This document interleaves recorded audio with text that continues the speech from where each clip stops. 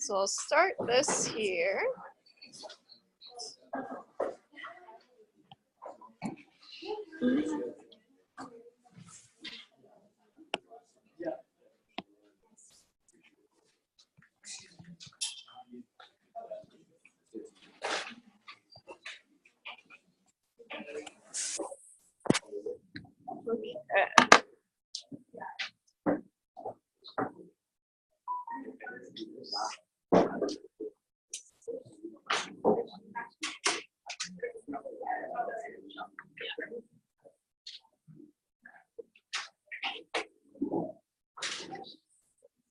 Okay, so make sure you get a formula sheet. Where are they? Over.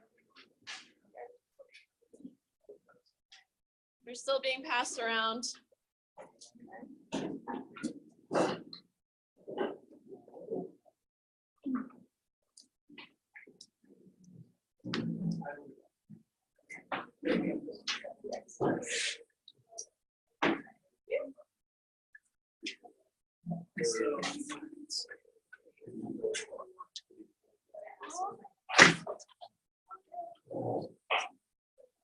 All right.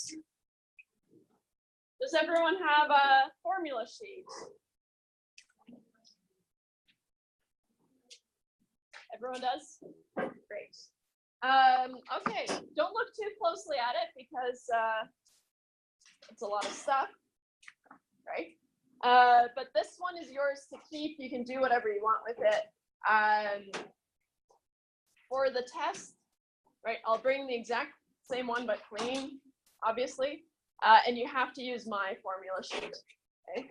I know we like to use our own, right? But for obvious reasons, you can't use your own. You have to use the one that I provide to you.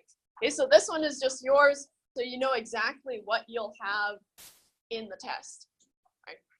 So when you're doing assignments and problems, then just make sure that you have this formula sheet. These have been used in some exams already, so if you got a really kind of messy one, like this one says end. I don't know what that's referring to. Then you can just swap it out for a clean one, right? Yeah. And then if you need extras, then I'll just have a copy posted on the wall, right? But I do want you to have a paper copy because we'll be referring to it quite a bit. Oh, of course. Hello.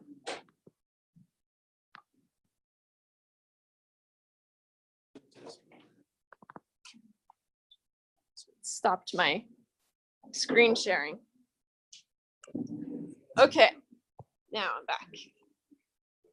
All right, so you've got your formula sheet. Okay, next thing I want to hand out is the practice test for Monday. Okay, what I'm gonna do, just for some, I'll say easy marks. Okay, you're gonna do the practice test over the weekend, have it done, and then you'll show me on Monday for completion marks, okay? And then we'll go through it together, okay? Physically, yeah. So on paper, you've written it out, and you've done all the problems. So take one, pass it down. I'll kind of start multiple piles here. Okay. So just for completion marks, you'll just show it to me, and then we'll go through it, and that's how you'll get the solutions. It's just to make sure that you've all kind of practiced. Yeah. Oh, good. It's 250-864-8386. Also my phone number. Okay, let me make a note here. So from now on, right, I set up my my permanent meeting ID. Okay, so it's always going to be the same. So if you're joining from not in class, right, or even in class, then the link is on Moodle. But if you're just joining, so our permanent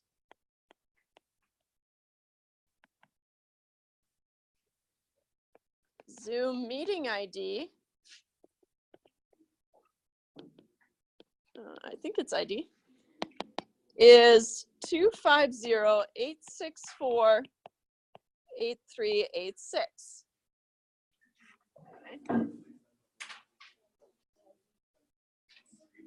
Does everyone have a copy of that practice?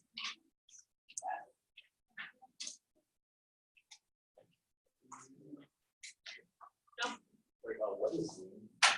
So Zoom is where I'm doing these online meetings. So, and that's how I'm recording them. But you can just join, click on the link through Moodle. There's like an online meeting link, and it'll take you there. So you don't have to you shouldn't have to download anything. It should just take you to this space. Okay. So if for some reason you can't make it to class, but you really want to sit in on class, you can still do that, right?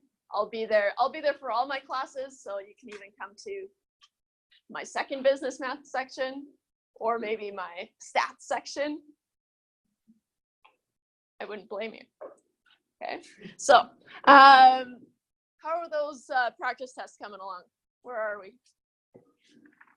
And are there any extras?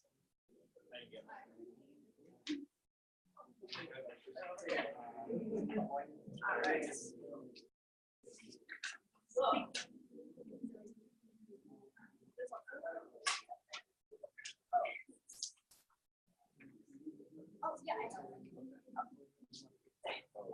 okay. So everyone has a formula sheet and a practice test. Great. Okay. So I was trying to use Slack so that we could, well, have everything in one place and a messaging device all in one. But because I'm moving away from Slack, it didn't work out. You can just text me. I was trying to get away from it. It's not that I don't like it. I find it's easier than email. I don't know about you guys. Email just, it's the same thing, right? But it just seems so tedious. This is also my phone number.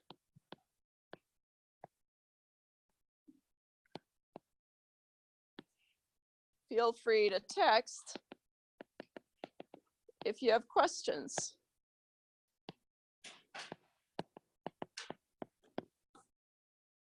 Calling's a little bit weird. I'm like, ugh.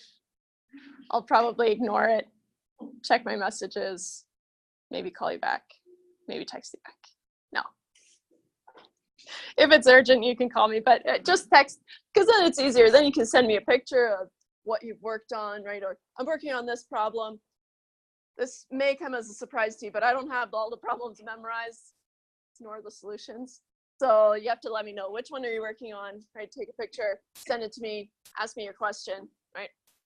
But pretty easy. It's worked in the past, so it's not that I don't like it, like I said, but it's trying to get you all in one place. Okay, so well, what were we doing? Goodness. So you have your assignment, your online assignment is due on Monday at midnight, right? So no late assignments there. Okay. But it should be pretty reasonable. I think a lot of you have done it already, got it over with. Okay. So for the practice test, I forgot to change the date on here, but this one was dirty, but you can have this one. All right. So the practice test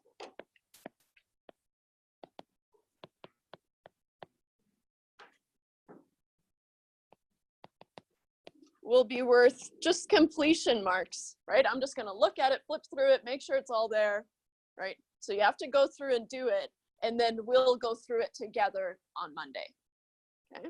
So will be worth completion marks. Okay, so do it over the weekend.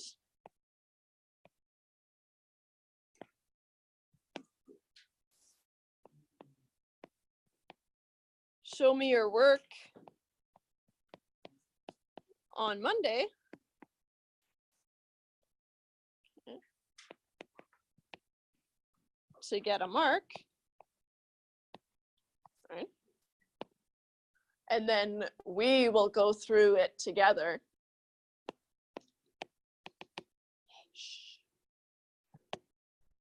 We will go through the practice test together in the review on Monday. So then you'll have practiced and worked on it. Maybe you'll even have some questions, right? And then we'll go through it. I'll highlight some things to keep in mind for the actual test, right? And so you should be well prepared for test 1. Sound good? All right. I know, because you guys have been begging me for practice problems. The whole textbook's full of practice problems. I shouldn't have to make you do them. But now I am making you do them. Okay. So that's how that's going to go. So that's Monday. Let's talk about today. So we're just going to wrap up chapter 3 today. Okay. As a review, right?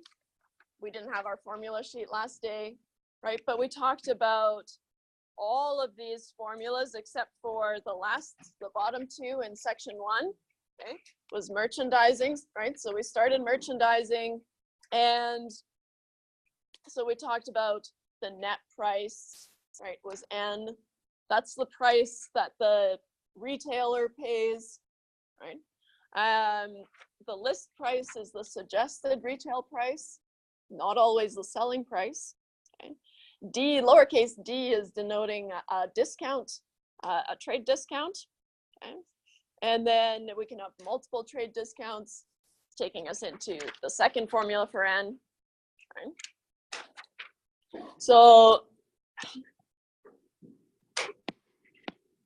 as review, we're not going to go through and do all these, but I think it's worthwhile defining all these variables, right, that are being used on the formula sheet, right? Because you are expected to know the ins and outs of what is E, for example, right? It's the overhead expenses, or just expenses, right? And so, welcome.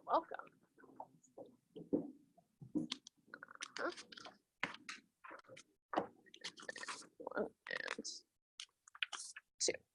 Okay, so as a quick review, right, just going through the list, N was the net price, right? So meaning the price, we'll only be talking about really a manufacturer sells to a retailer, right? And then we buy it from the retailer, right? There could be multiple stages, right? But in our case, the net price is going to be the price at each stage. It's just easier to think of just the last stage, right? The retailer. Okay. So the price to the retailer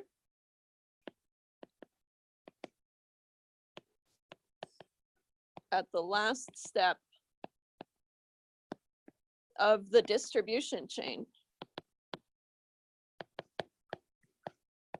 Distribution chain.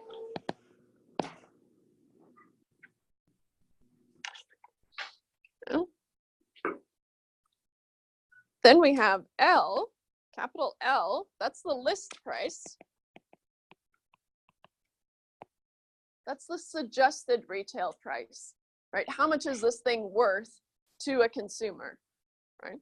So it's the suggested retail price, not necessarily the selling price later on, right? We talked about the selling price. The list price and the selling price could be different, right? If you have a higher overhead or you want more profit, right? Then you up the selling price, right? So up from the suggested retail price. Or if you're thinking winners, right? They have the suggested retail price, but you get it for this much, usually lower, always lower. But if you find one that's higher, let me know. It could happen. So And then we have a lowercase d, right? That's the trade discount.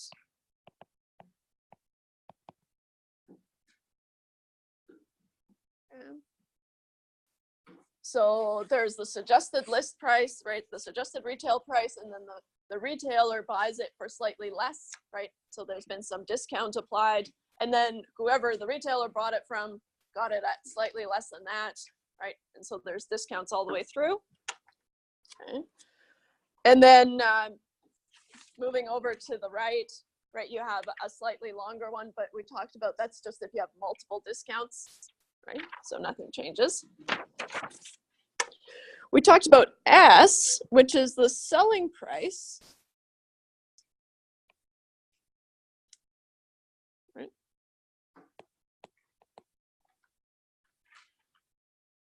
Okay. The price at which the item is actually sold. The item is actually sold at.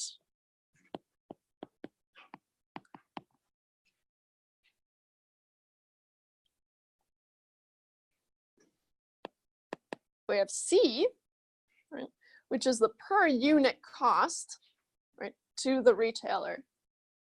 Okay. So it's the per unit cost to the retailer. One thing to keep in mind, right, that for the retailer, C is the same as the net price. That's only true if we're working at the same level of the distribution chain, right? Because each level of the distribution chain has its own net price, right? But C is really only the cost to the retailer.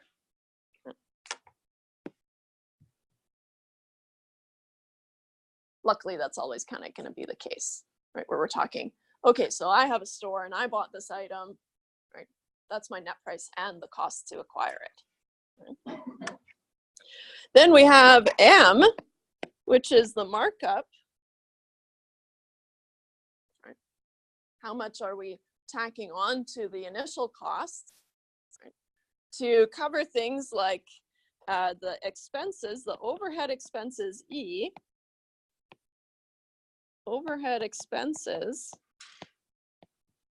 right, just the cost of keeping a store and hiring people and all that fun stuff. And finally, the biggie is the profit. Profit denoted by a capital P.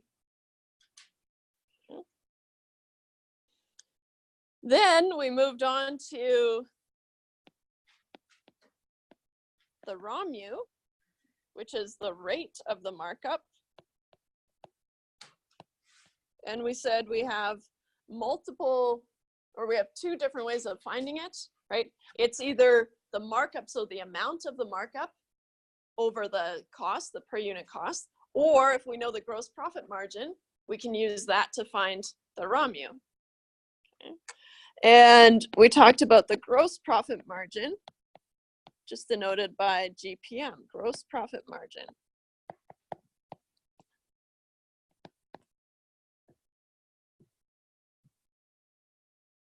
Finished it with lowercase. Yikes.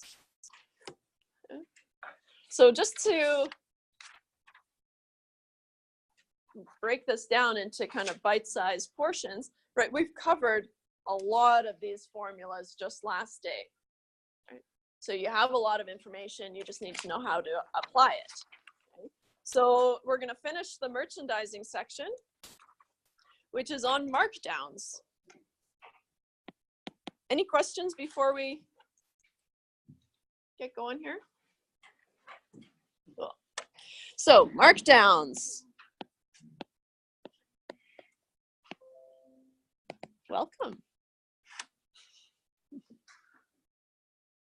So a markdown, right, is a reduction in the selling price. We know that. Okay. But a markdown is a reduction in the selling price of an item. In the selling price.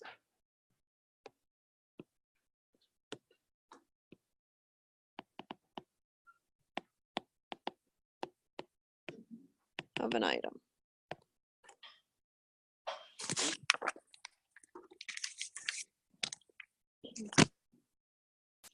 So again, we have these variables that we need to define, so we'll get right to it. So we're going to let capital D be the amount of the markdown, right? Just like M was the amount of the markup. In fact, I'm going to add that in here. The amount of the markup. Right, it's not the rate, it's the amount. And D is the amount of the markdown. So how much are you marking it down by? S again is the regular selling price now. Regular selling price.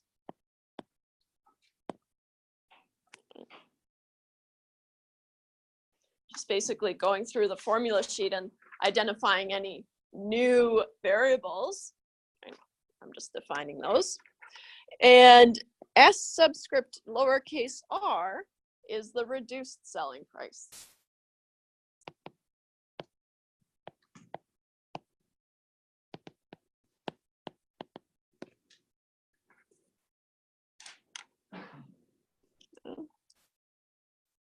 So just like we could calculate the ROMU, right, the rate of the markup as the markup over the selling price, sorry, the cost, yikes, we can find the rate of the markdown the same way. Sort of. That's what threw me off. The rate of the markdown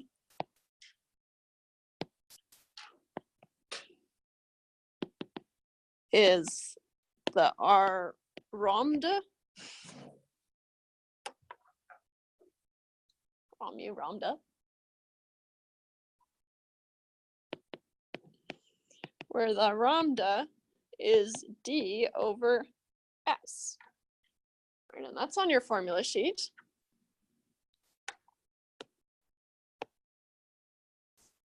Can't remember if I was highlighting things that were on your formula sheet, but that one's on your formula sheet. Okay. And then we're told that the reduced selling price is laid out the same way as the net price, right? Because it's going to be less than the original selling price times 1 minus the rate of the markdown, right? Same idea. And so to find the reduced selling price,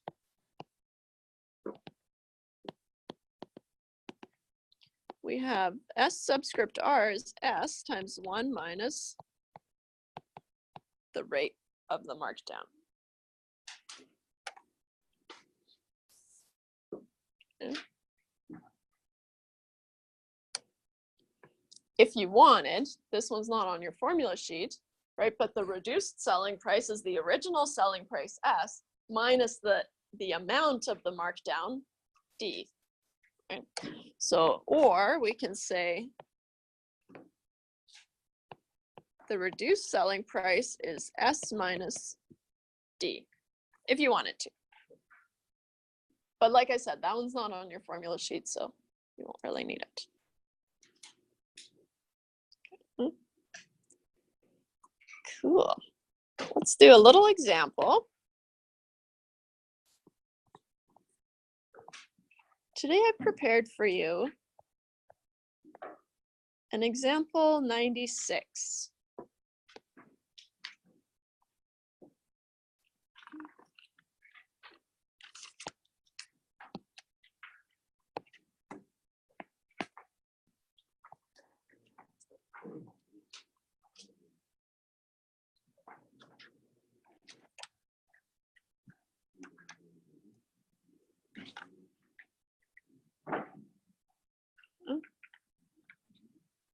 All right.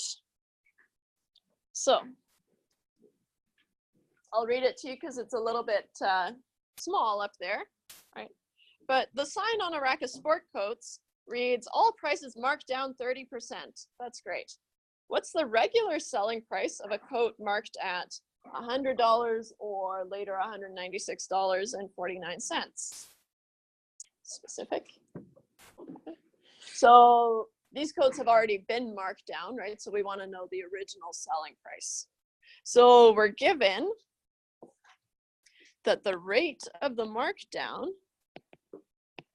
is 30% or 0.30. And for part A, the reduced selling price is $100. And we have to find S.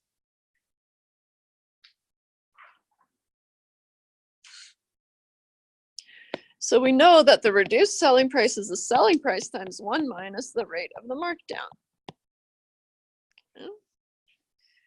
And we're told that the reduced selling price is 100. We have to find S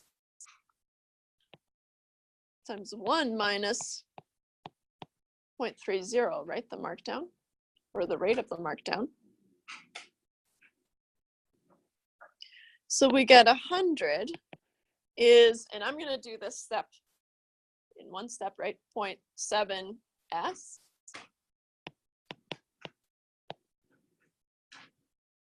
Solving for S, we get 100 divided by 0.7.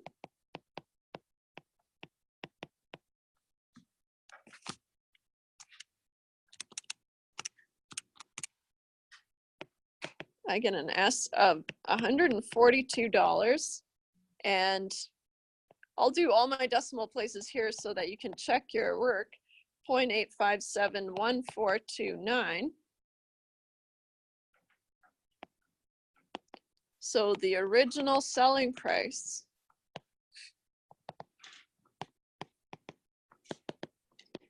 is $142.86,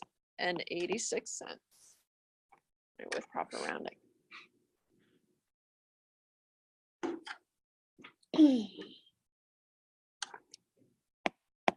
Same thing, right? Just doing part B quickly. 196.49. The rate of the markdown is still 0.3. The reduced selling price was 196.49.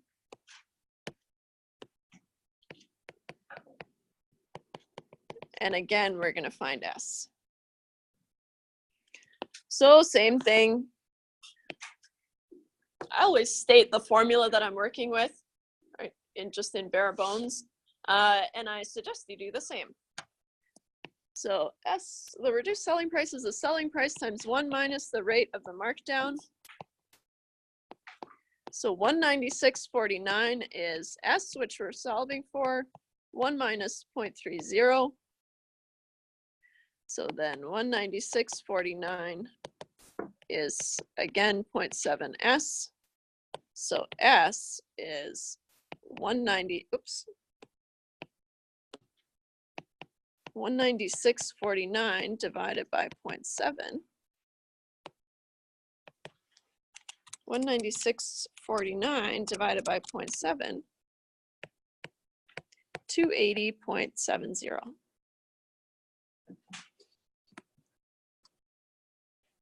Now I won't do a blurb for that because it's the same. Cool. All right. Any questions about that before we get into 3.3? Wasn't that 3.3 already? Can't remember. Obviously. Yeah, question? I'm just on hyper alert. No questions. Section 3.3 is called very vaguely business economics.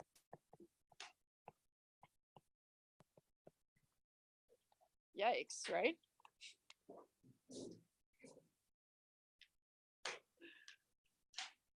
So just like before, right? So now we're going to be working in this CVP analysis section. Okay. What is it? Cost, value, price? You guys know this better than I do. CVP. Cost, value, profit, or price? I can never remember. That's okay. Oh well, it's not what we're here for. I'll tell you how to calculate it. Okay. So today we're just going to deal with this last little CVP analysis section, and then so test one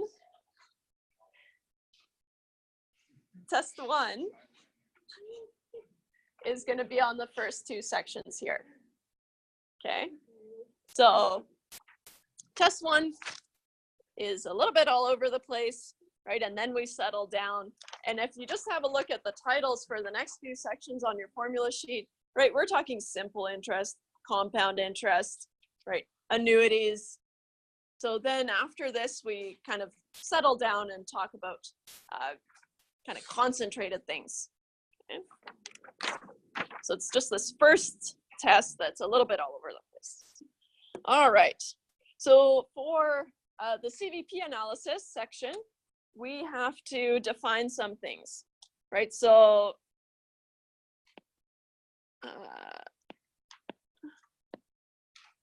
we need to develop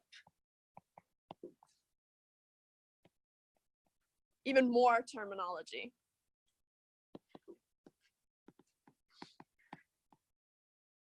Okay. First thing we're going to define is FC. So FC is the fixed cost. Okay. More terminology. Although it looks like, I don't know what. All the letters are there, they're just kind of smushed together. So the fixed cost, right? So the fixed cost, I think we all have an idea of what the fixed cost is. It's independent of how much output you have, right? So we all have some, if we're producing an item, right, and we're trying to sell this thing, then we have some fixed costs. Right? So renting the space that we're working in, for example, right? Or, I don't know, maintaining software and things like that. Right, so those are fixed costs. So fixed costs, and they're independent of the amount of output.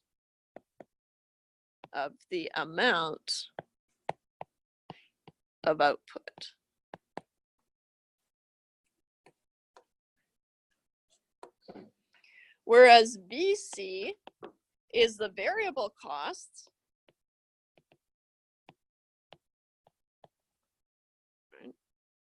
Variable because it varies with the amount of output. Right? So if I'm putting out 4 items and I'm looking at my cost per hour, right?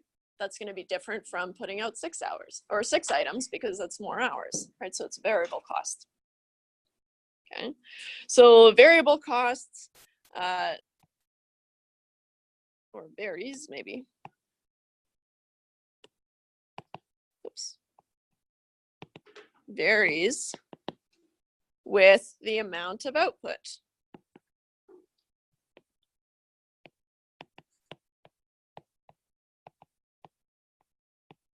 So all our costs can be classified as either fixed cost or variable costs.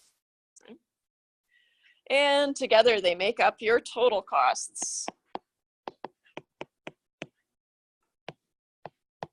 TC. Okay. And we're told that the total cost is the fixed cost plus the variable cost. Okay. And that's our first formula on the formula sheet, right, in the CVP analysis section. Okay. So that's not too crazy. We kind of have an understanding of that, right? And so, all right. the fixed cost is a little bit boring, right? But the variable cost, that's going to depend on how many units we're producing, right? And so we let X, right, just going back to our kind of definitions here, X is the number of units sold or produced, depending on the context.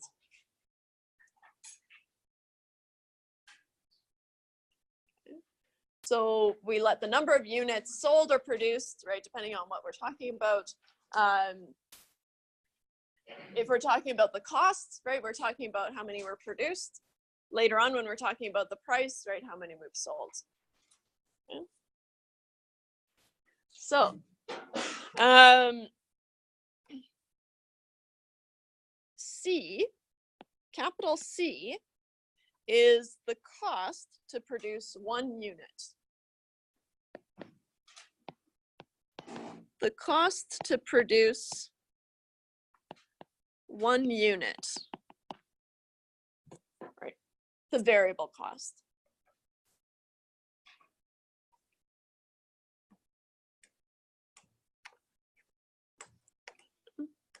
So we're told, right, on your formula sheet that the variable cost is C, right, the cost per unit times however many units we produce. Also not that groundbreaking, right? And that's on your formula sheet. The variable cost is the cost times however many units we produce. The tricky part, right, is not developing these formulas. We can probably just do it in our heads. It's keeping track of all the terminology, right? And then we can talk about the total revenue, TR. TR is the total revenue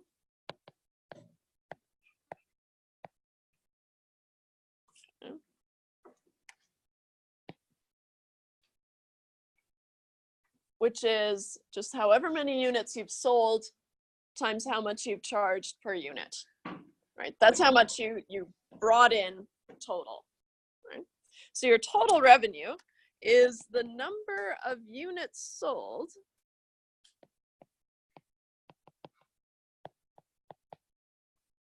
which, right, we're denoting as little lowercase x still, times the price, which we're going to define as a lowercase p, okay, at which they are sold.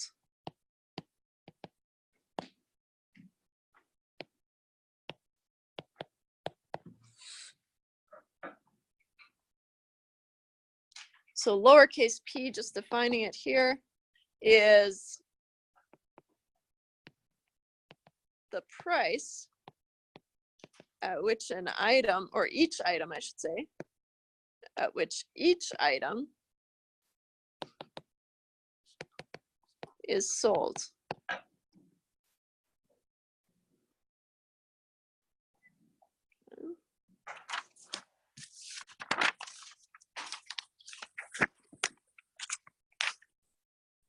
We already said, okay, that the total revenue, I should have defined P before the total revenue, shouldn't I? Oh well.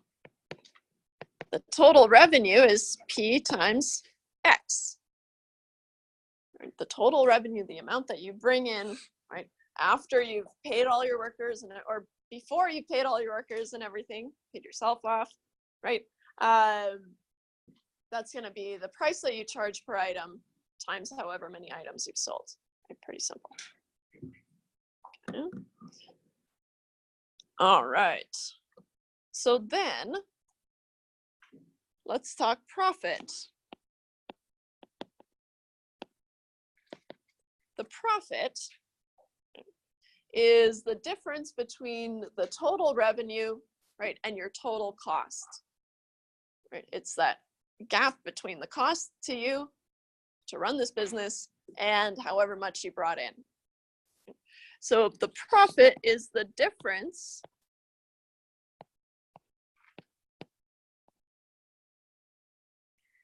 between the total revenue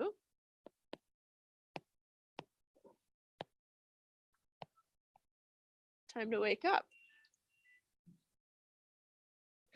Total revenue and total cost.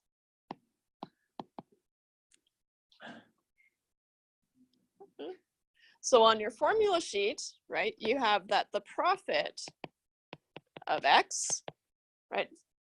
The profit depends on how many units you've sold, right? So profit of X is the total revenue minus the total cost.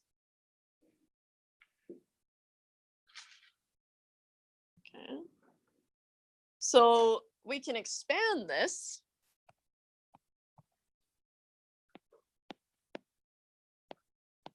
We can expand this to find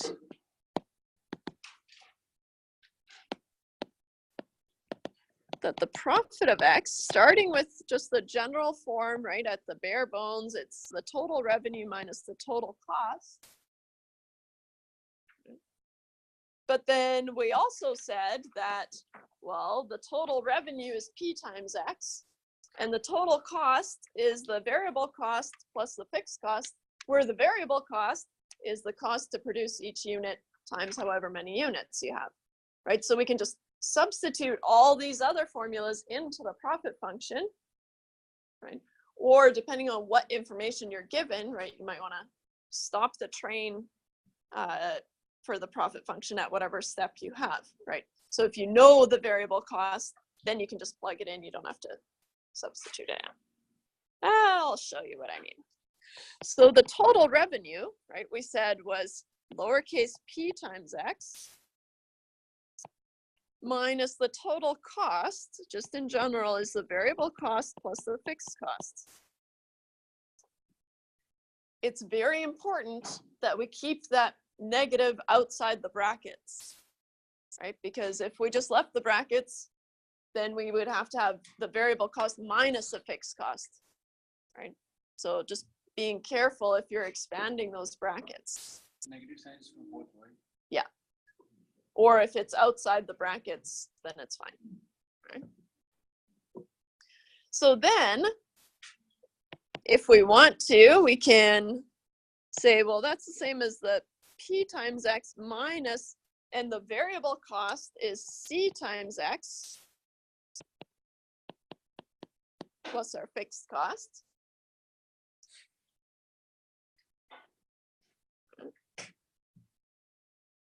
Now let's expand those brackets, right? Start simplifying things. So we have P times X minus C times X minus the fixed cost.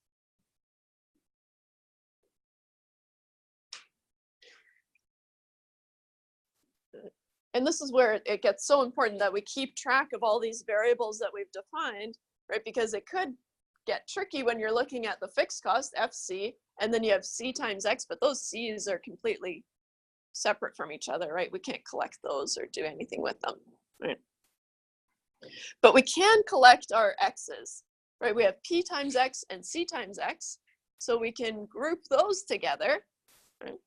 And so we can say, okay, pulling out the common X, I get X times P minus C minus the fixed costs.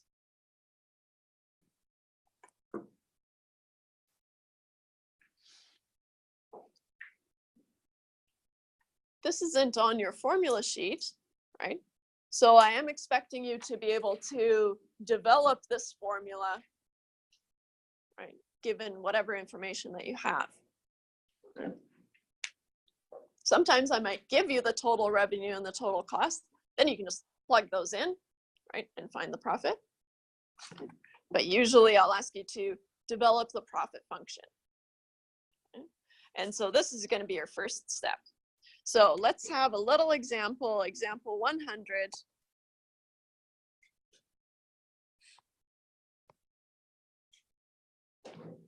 Oops.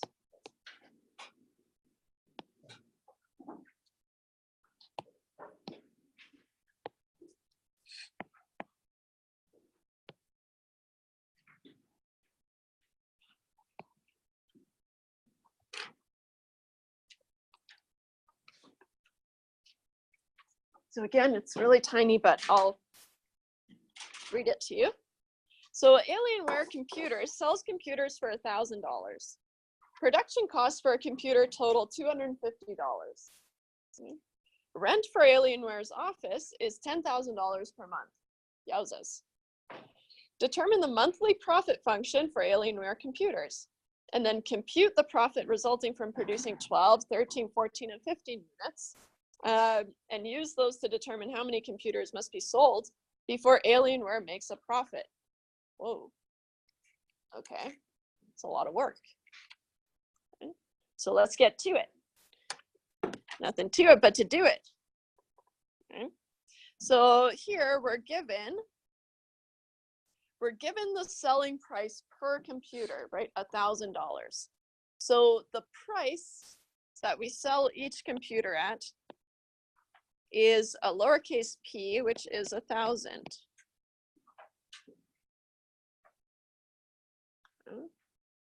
In the previous section, right, we would have called it the selling price, but now in this section, we've got a different angle, right? Building the profit function. Okay. And then we're told that the production costs for a computer total $250. So each computer costs $250 to make, right? That's going to be your C, right? 250.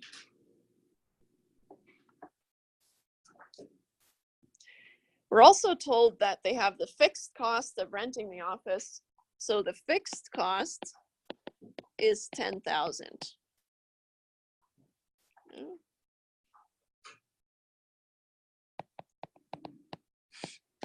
Find the profit of X. Not much to go off of here. But let's just start with what's given on our formula sheet. So we're asked to find the profit function. Okay, that's great. Let's do it. So let's call this part A. Find profit of X. So the profit of X from our formula sheet is the total revenue minus the total cost. We don't have either of those, right? But we know that the total revenue, just stealing it from here, is P times X minus the total cost, which is the variable cost plus the fixed cost. We know P, right? And we know the fixed cost. And once we boil down the variable cost, right, as C times X, then we have that as well. So we have PX minus, and I'll break out the brackets and substitute my CX at the same time. Be careful if you're doing that. That's fine if you're doing it, but just make sure you bring that negative in there.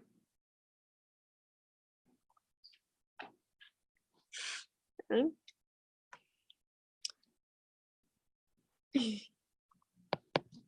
Collecting like terms, right? We get an X on the outside and then P minus C minus the fixed cost.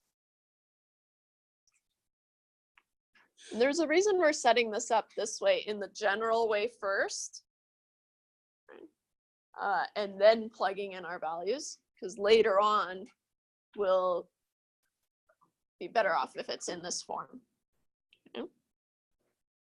So we don't know X, right?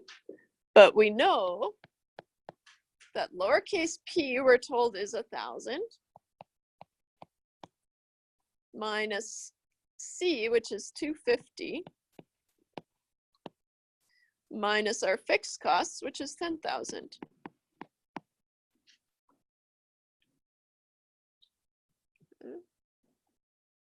Which means we have, if we simplify 1,000 minus 250, right, we have 750 times X minus 10,000.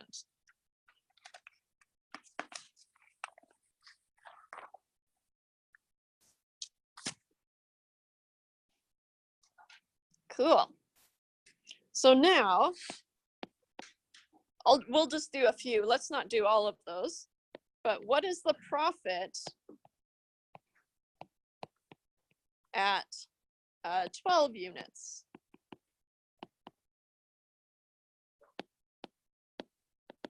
So the profit at 12 is 750 times 12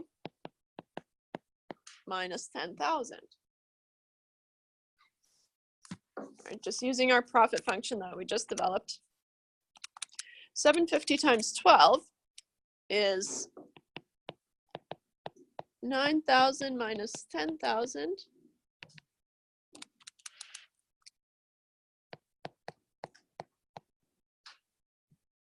So we have a profit of negative 1,000. Right? That's no good. Okay. So how about the profit at, or I guess I should ask, what is the profit at 14 units?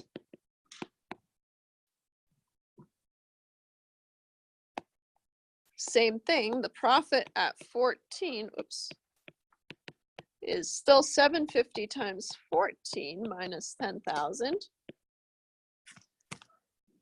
750 times 14,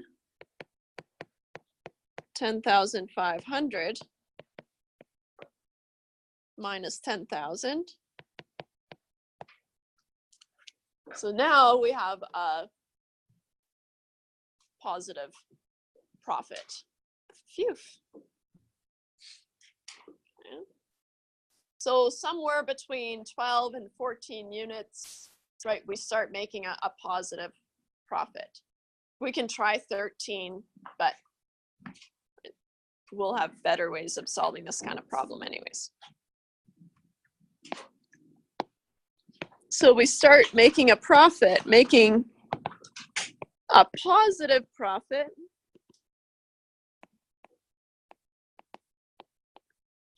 Oops.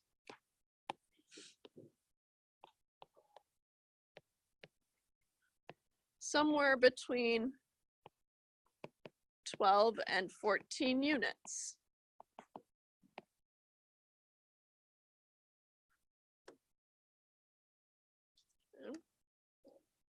Now let's read back the question here because I think it's in there.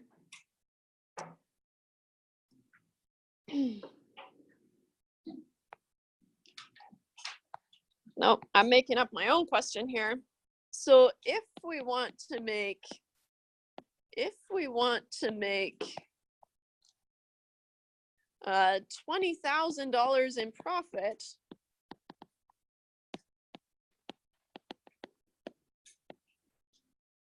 how many computers must we sell?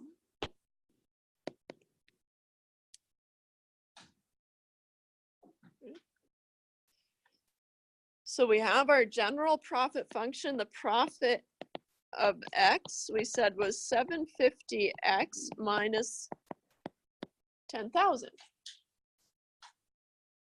Now we're forcing the profit to be 20,000 and solving for X in 750X minus 10,000.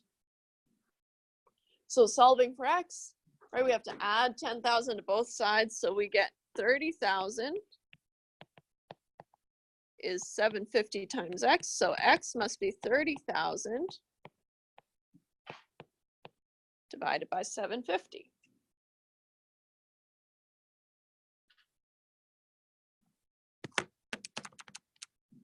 $30,000 divided by 750. A cool 40 computers.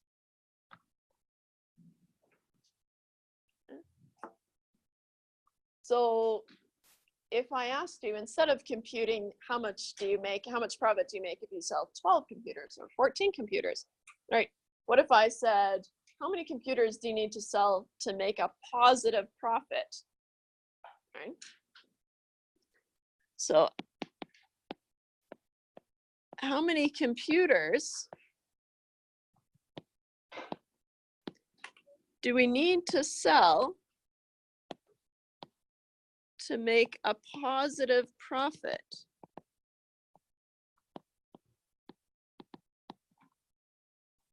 Right? A profit greater than 0. Same idea, right? We have our profit of X is 750X minus 10,000.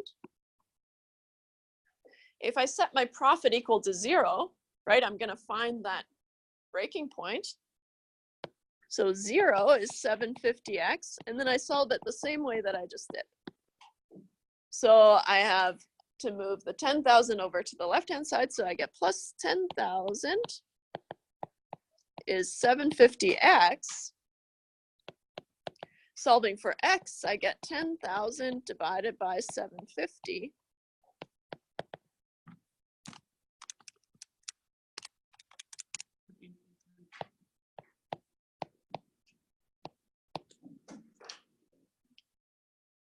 Technically, you'd only have to sell 13.333, right? If you sold 13, that's not enough, right? So we have to sell 14. So we would need to sell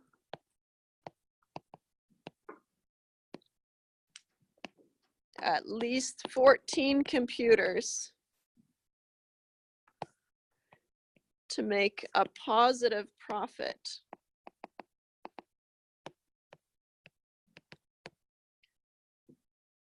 A profit more than 0, right? Because we just found that if we sell 14, we make $500, right?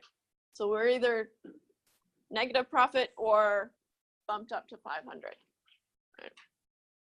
Just because we can't sell fractions of an item. All right. So, any questions about that one? Cool. All right. Let's steal another example. Example 103.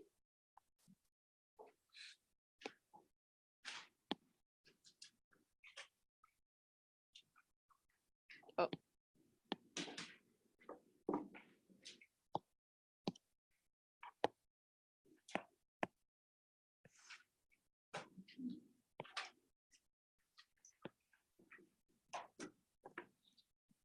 So, if a company makes $2,000 profit from selling 100 units and $10,000 profit from selling 150 units, what are the fixed costs? Okay, so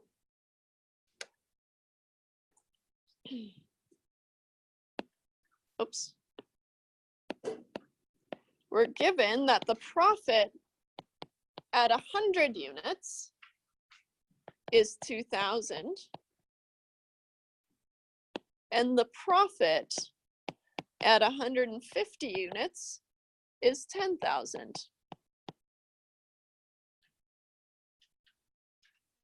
Bit of a boost. And we have to find the fixed costs.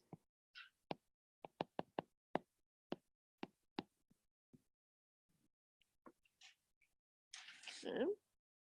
So let's remember our general profit function, which we can derive, or because we just derived it, we can say that the profit of X in general is going to be X times P minus C minus the fixed costs.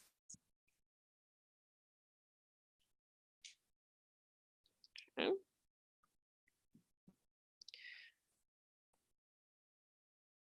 So we'll use that general one. You would have to derive it, but only derive it once on the test, right? Or once on your homework if you're doing it, right? So you only have to show that you know how to get to this point once, and then you can use it freely. Right? So we have two pieces of information, right? The profit when X is 100 is 2,000. The profit when X is 150 is 10,000. Okay?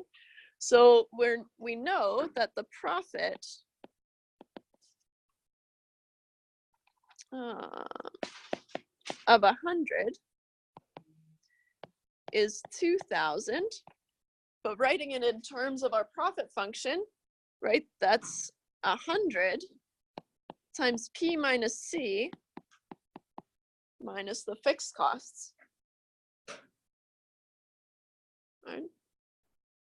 Might look a little intimidating just because we don't know P and C and we're trying to find the fixed costs, but they're just going to fall away. So we just keep going. Yeah. So that's our first equation. Our second equation, right, is that the profit of 150, we said was 10,000, which is 150 times P minus C minus the fixed costs.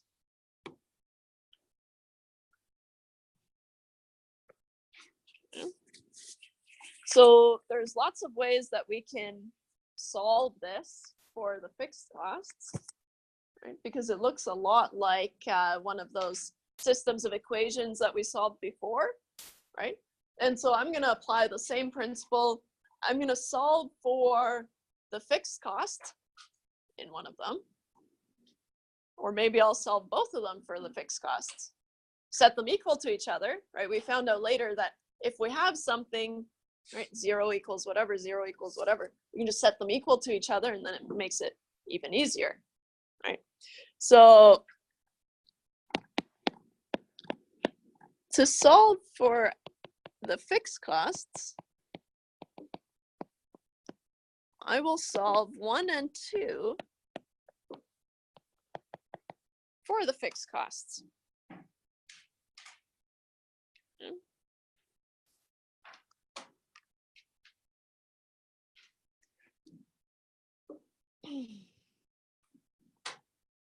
Okay, so then we have, if we just move the fixed costs over to the left-hand side, right, and then the 2,000 and the 10,000 over to the right-hand side in one kind of fell swoop, right, then we can rewrite and say that 1 becomes the fixed cost is 100 times P minus C minus 2,000, right, just doing a switcheroo,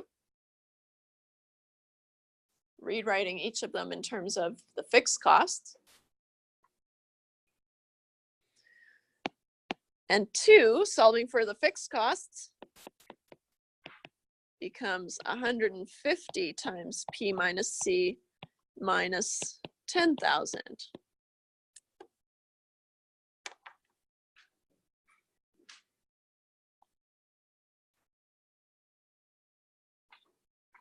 Now, each of these are equal to the fixed costs. The fixed costs are the same, right? Because we're talking about the same environment, right? And so we can set these equal to each other. Set 1 equal to 2 to solve for P minus C, right? That's what's going to be left. So we say that 100 times P minus C minus 2,000 is equal to 150 times P minus C minus 10,000.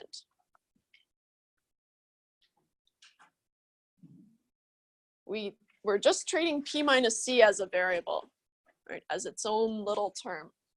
Right? So if we're collecting like terms, right, I'm going to move my P minus C to the right-hand side and my 10,000 to the left-hand side purely to avoid negatives, right? If you did it the other way, that's fine too. You'll cancel the negatives, so it doesn't matter, right? But I'm going to have negative 2,000 plus 10,000 is 150 times P minus C minus 100 times P minus C.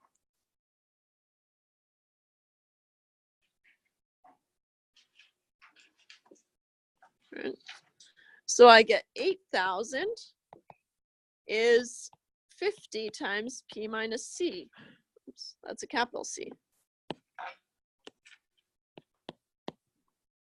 Right, 150 minus 100 It's just 50 times P minus C.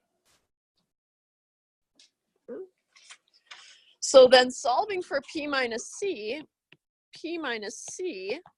is 8,000 divided by 50.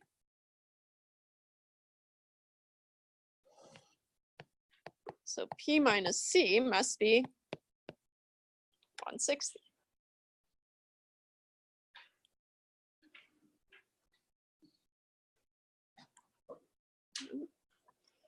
Whew.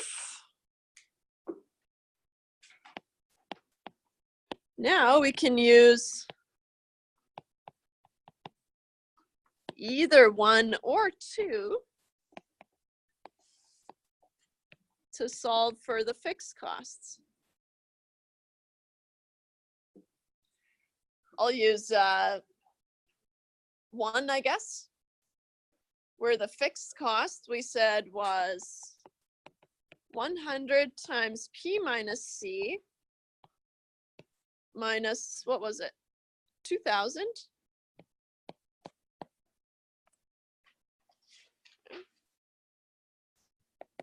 Now we have 100 times 160.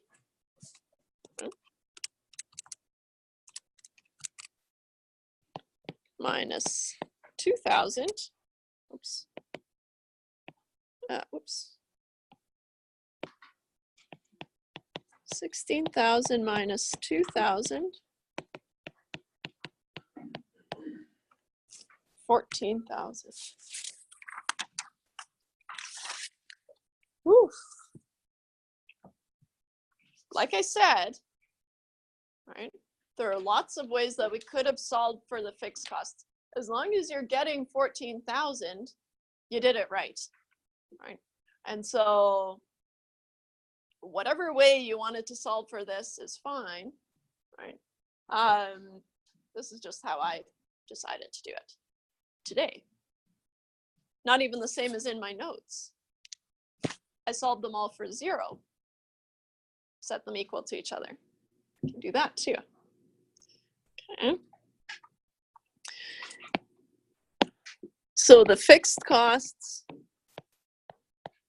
or the fixed cost must be 14,000. Oh, too many zeros. Yeah. Is that the 8,000 from?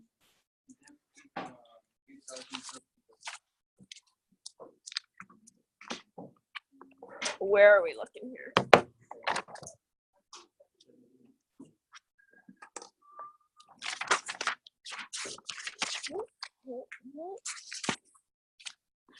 Which?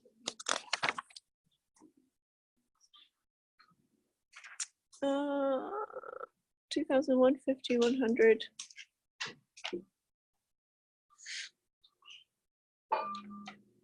Oh, it's a typo. It's because it's not supposed to be minus 8,000. It's supposed to be one of these two, 2,000 or 10,000. There are typos in the textbook. So it's good to, if you see any that aren't jiving, right, then yeah, I make mistakes, but also there are mistakes in the textbook, so double whammy. Together we'll mess you guys up yet. Okay. So yeah, so that's a typo for sure, because there's no way that it would be minus 8,000. Cool. Oh, good to know.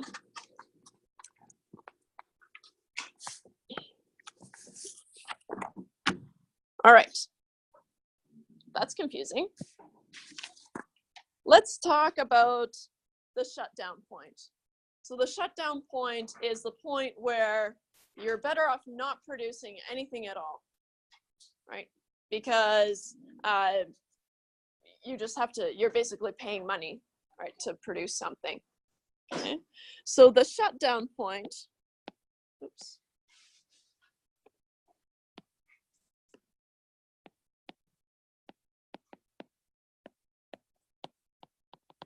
the shutdown point is the point where a firm is better off not producing at all. Better off not producing at all. Okay. And in short, if you can't cover your variable costs, then you need to shut it down. Okay. So if you can no longer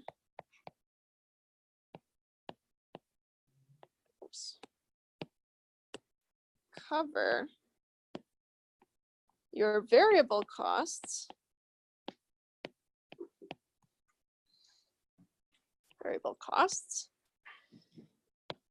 you have reached the shutdown point. You have reached the shutdown point.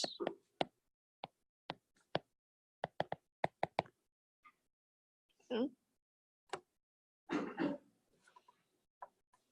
So if we're talking about our profit function, our profit of x is x times p minus c minus the fixed costs. Bless you. What we're saying is that if this value, p minus c, if it's less than 0, right, then there's no point in producing anything. Right? So if this value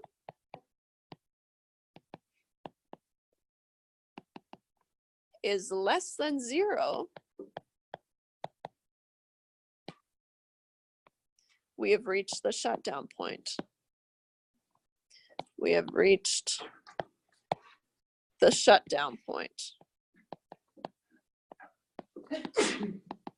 Bless you. Right, so if p minus c is less than 0, so negative, then you have a negative number times x, right, to build up your profit.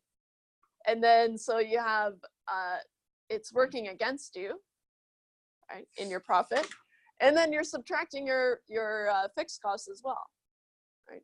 And so the more you produce and the more you try to sell, you're actually making even less profit, right? Because you're multiplying the amount that you're selling by a negative number, and it's putting you even more in the hole, right? So once the p minus c is less than 0, you shut it down, right? That's the shutdown point. Okay. So just as a little fun fact, p minus c is called the contribution margin. Called the contribution margin.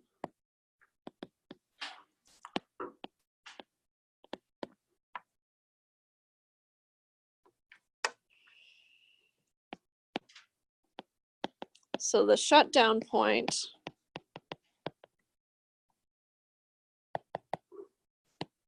is when either p minus c is less than 0, right? There's that inequality that we probably don't like,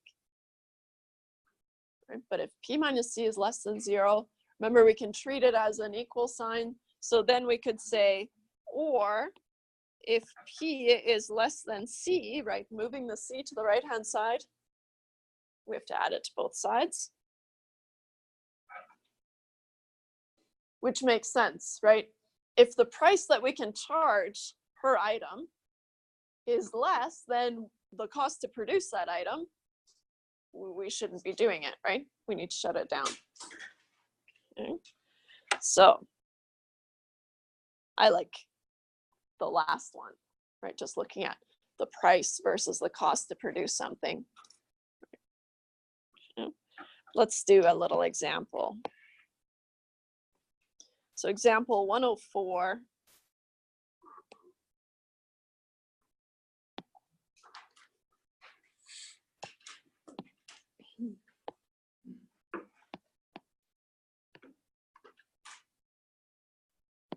Okay. So here we're given the profit function. so we didn't have to find it. Okay. At what market price does the firm shut down, right? Where's the shutdown point? If the price is $1 above shutdown and the quantity produced is 10, how much profit is made? So these are two different questions, right? But let's call this A. Find the shutdown point.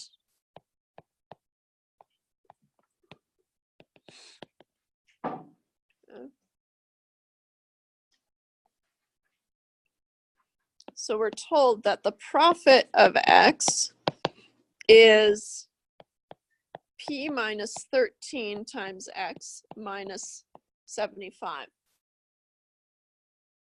From here, we're just expected to kind of know, right, that 13 is C, right? Because this is in the form of X times P minus C minus the fixed costs, right? And so here you have your fixed costs. Right? So we have to be able to recognize this formula and its components. And then we know that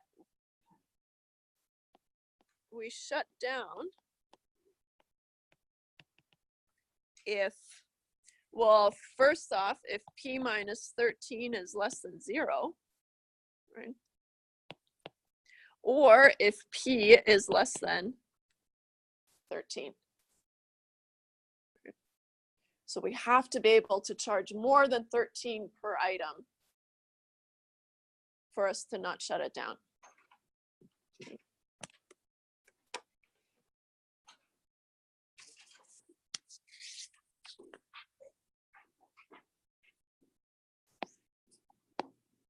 So any price less than 13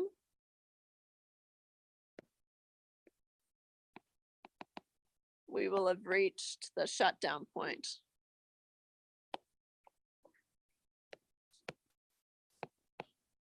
The shutdown point.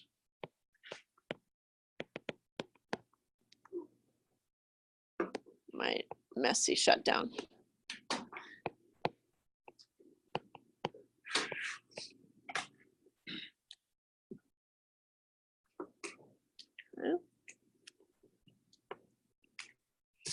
Okay.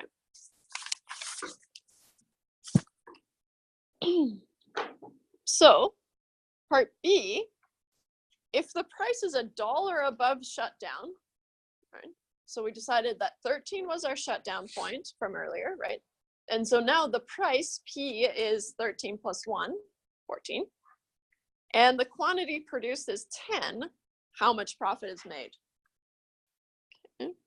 So part B, let's say, if P is 13 plus 1 and X is 10, what was it? How much profit is made?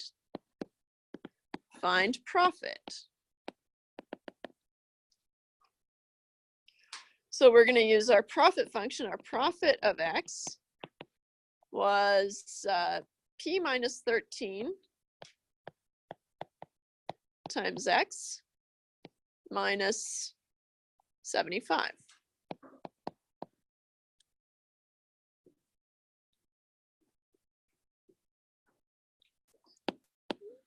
So the profit at X equal 10, we're told that P should be 14.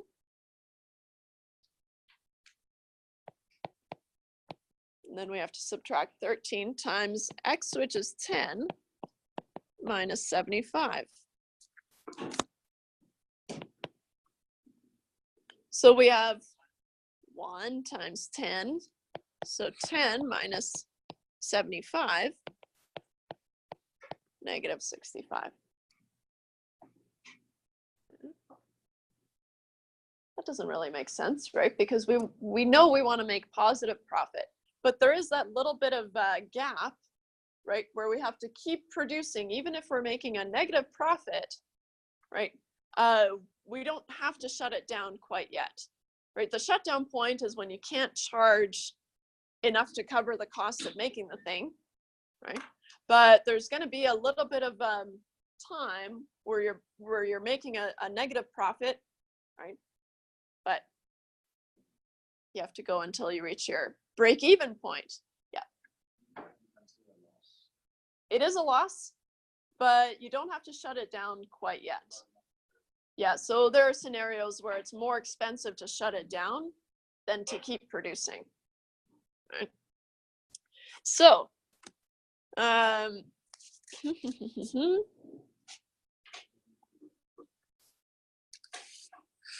let's see here. I want to talk about the break-even point.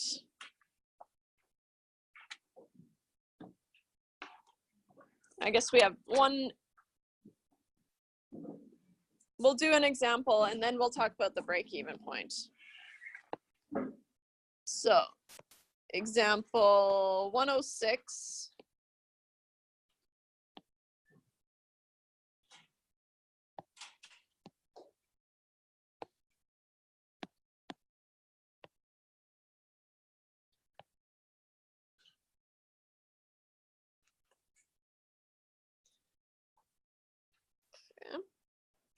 So example 106, Labatt's Brewery spends 42 cents to brew a can of beer. The fixed costs associated with producing the beer are 450,000. I'm assuming per month. I don't know. And the going price for a can of beer is $1.25. So question one, what's the profit function for Labatt's Brewery? So we have to take this information and we have to develop a profit function. Question two, what's the profit earned by selling 10 million cans of beer? Right? Reasonable, maybe. And step three, what does the price need to drop to in order for Labatt's to shut down production? So let's see. Part, oh, I need a pencil. Part one, find the profit function. It's not clear if these amounts are per month or per year or whatever. Let's just assume it's per month. It doesn't actually matter. Right? And so the profit, well, we're given some information, right? So the cost to brew a can of beer is 42 cents. So we're given that C is 0.42. And we're also told that the fixed cost is 450,000. And then the selling price is $1.25, right? So the price that they can charge is $1.25 per can. And so that's your lowercase p.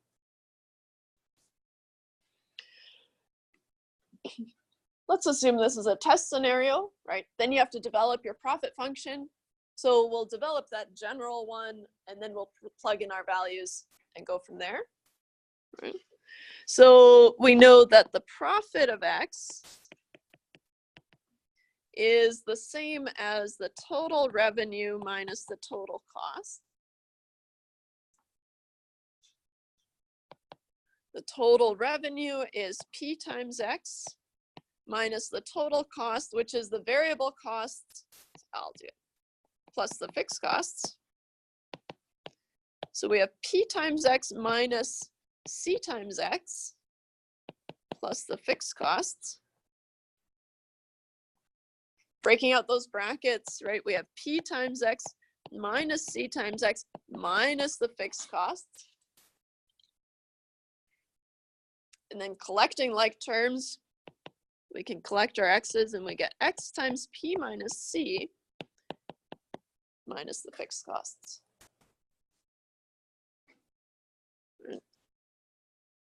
Now we see that we have all the information that we need except for X, and that's our general profit function. Right? So now we can say that the profit, so the profit of X is X times P, which is $1.25, minus the cost, which was 0.42, minus the fixed costs, which was 450,000. Phew. And if you're having a look at your practice test, right? Question 3, part A, find Ruth's profit function, right? Same idea. Okay. All right. So the profit function, we can say that $1.25 minus 0.42, what the? Makes 0.83x minus 450,000.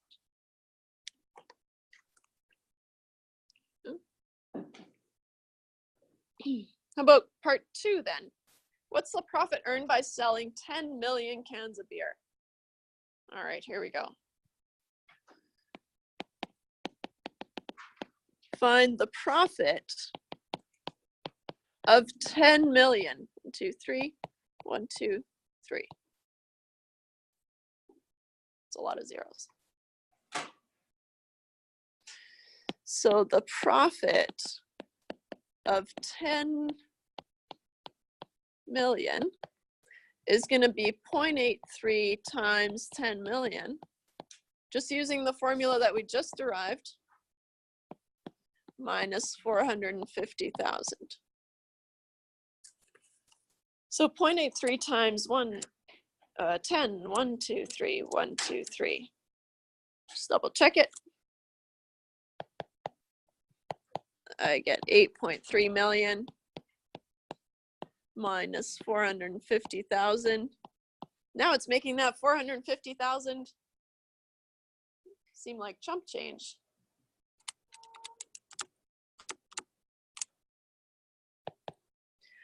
So we get $7,850, or sorry, 7,850,000. Woof. Sounds good. Especially if it's per month. Maybe it's per year. Who knows? Yeah. So that would be the profit at 10 million cans of beer. Okay. So question 3, what does the price need to drop to in order for Labatt's to shut down production? We already kind of know this. There's not really any math, right? We need our price to cover the cost of production, C, right? And so basically find the shutdown point.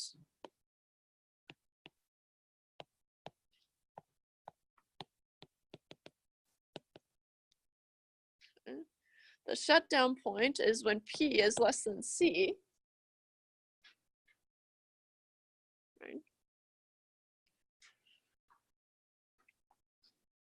And so P, right, we're finding the price at which we have to shut things down. If the price is less than 42 cents, right, we've reached the shutdown point. So if the selling price per can is less than 0.42, so 42 cents, we have reached the shutdown point. Reached the shutdown point.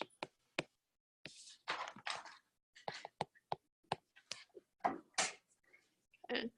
We have to keep producing because even if we're making a negative profit, right, we still have those fixed costs that we need to handle, right? So even if we're making a negative profit, we're still eating into those fixed costs for a certain amount of time. And then we turn a positive profit. Everyone's happy. Right? So that's the idea. So then we can talk about the break-even output. We've already kind of talked about it, right? And that's where we start to break even, right? Make a positive profit. So the break-even output,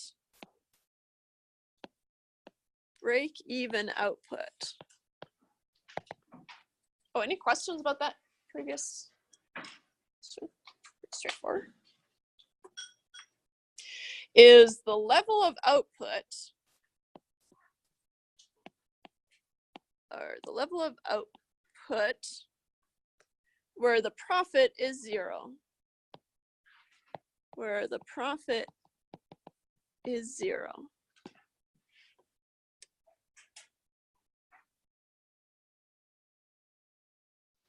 So we can find the break-even point for any of these examples, or we can look at example 108 for some fresh meat.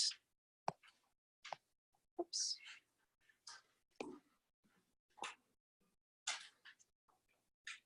Things got a little crooked on here.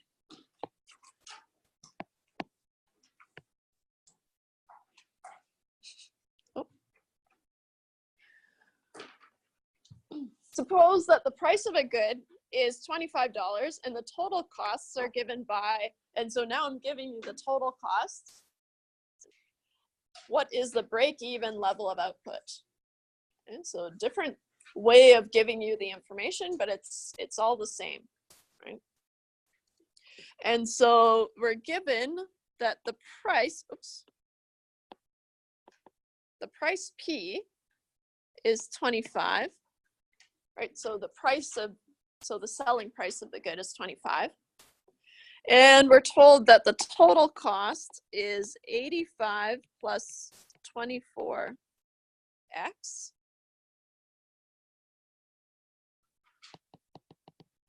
Find break even.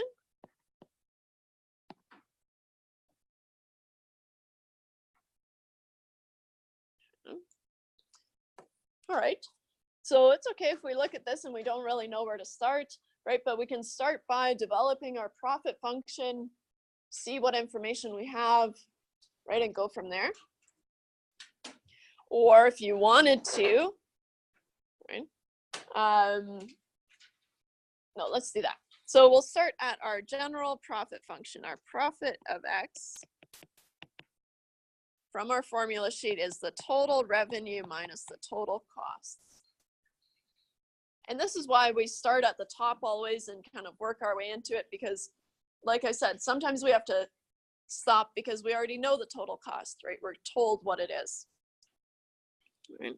So the total revenue is still P times X. And we're told that the total cost is 85 plus 24x.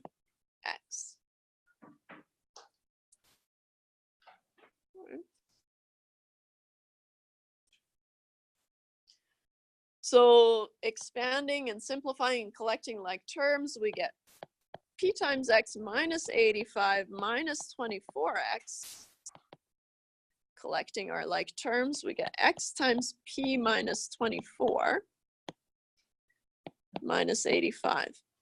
We already suspected that the capital C was 24, right? Just by the look of the total costs, right? We have a number on its own, that's your fixed cost. And then the number attached to the X, that's the cost per unit. All right, so we could have already pieced this together, but it's better to just start from the start. Start from the start. Good advice. Okay.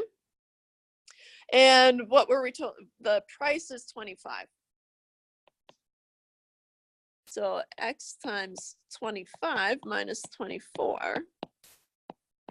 minus 85. So we really just have X minus 85.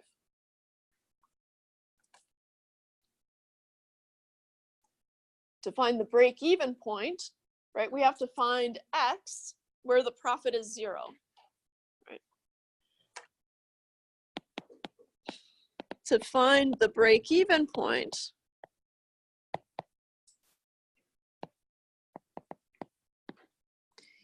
we need to find X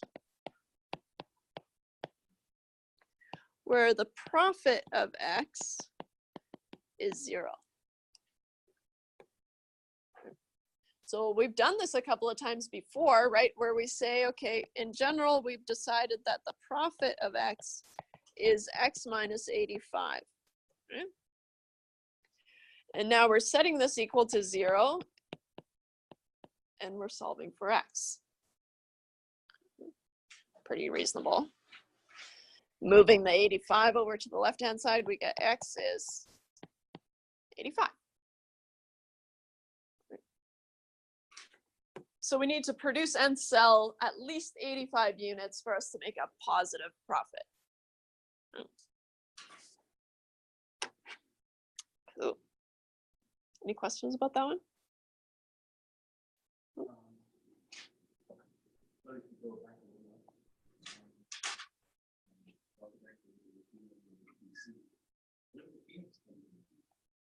That is just the total revenue is defined as your PX on your formula sheet.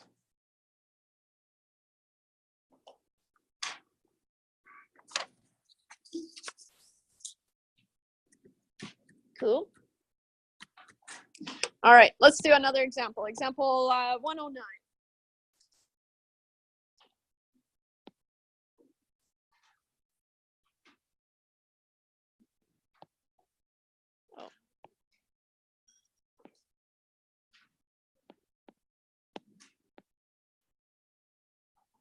Things got a little wavy. I couldn't hold the page down and take the picture at the same time.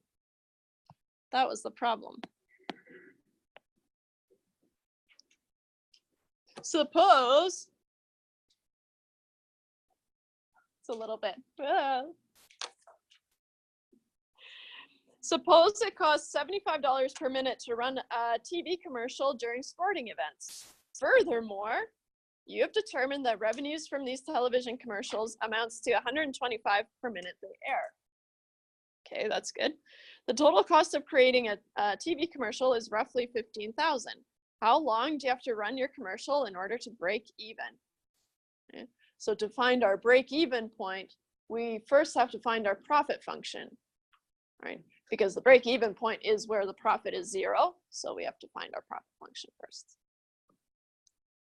So we're given things like it costs, oops, I keep doing that. It costs $75 per minute. All of these will be per minute, so we don't have to worry about units. So the cost to produce a TV commercial is $75 per minute. Okay. But we also are told that per minute that we run this commercial, right, we're making $125 of whatever it is. Okay. So essentially the price that we're selling each minute for is $1 or $125.25. Okay. And we have the fixed costs. So the total cost of creating a TV commercial is roughly $15,000.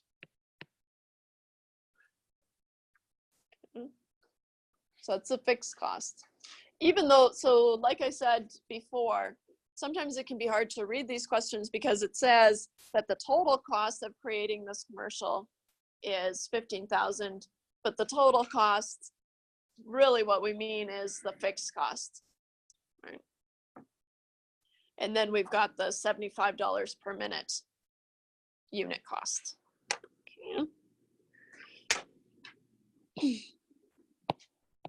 And we want to find the break-even point.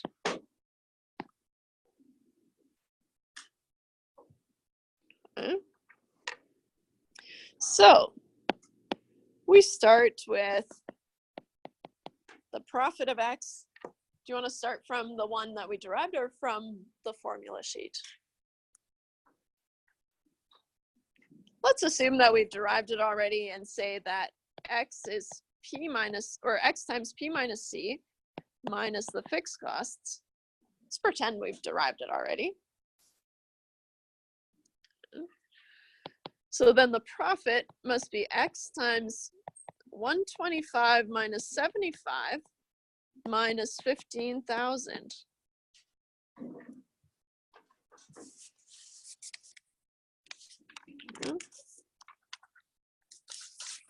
So then we have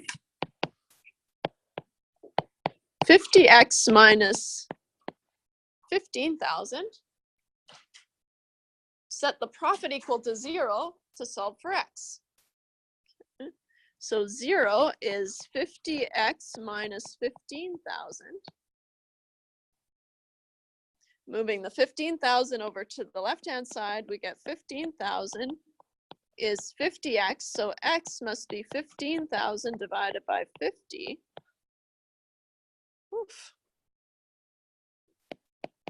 So our break-even output must be 300 units.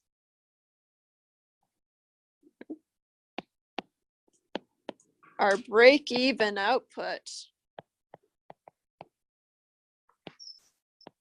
must be 300 units. So, will I have time?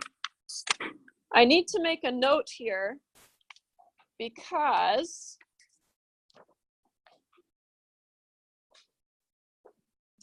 question 4 on the practice test,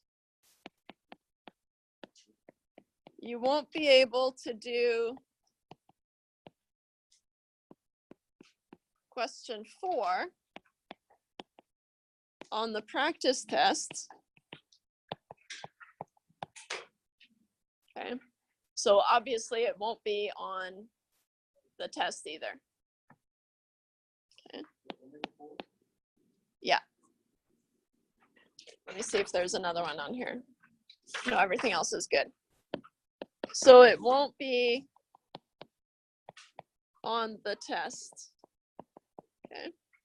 So just to recap, right, you're going to do the practice test. If you didn't get one yet, come grab one. You're going to do it for Monday. I check it. You get completion marks. So it is for sort of marks. And then we'll go through it together on Monday. See you then.